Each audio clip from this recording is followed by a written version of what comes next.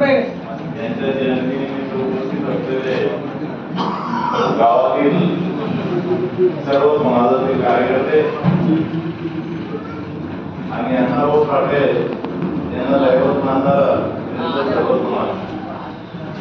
बंधूंनो, मला चर्चा करायला त्यामध्ये तुमची परिस्थिती आजच्या 50 वर्ष अगोदर कशी होती याचे सर्व सुशिक्षित मुलं आहेत तुमच्याकडे. आपलं संतोष बोलता, संजय भाजराव आहे, सुनील योगाळे आहे, बरेचसे मुलं सुशिक्षित झालेले त्यांना माहिती आहे आपली परिस्थिती कशी होती आणि आज कशी आहे.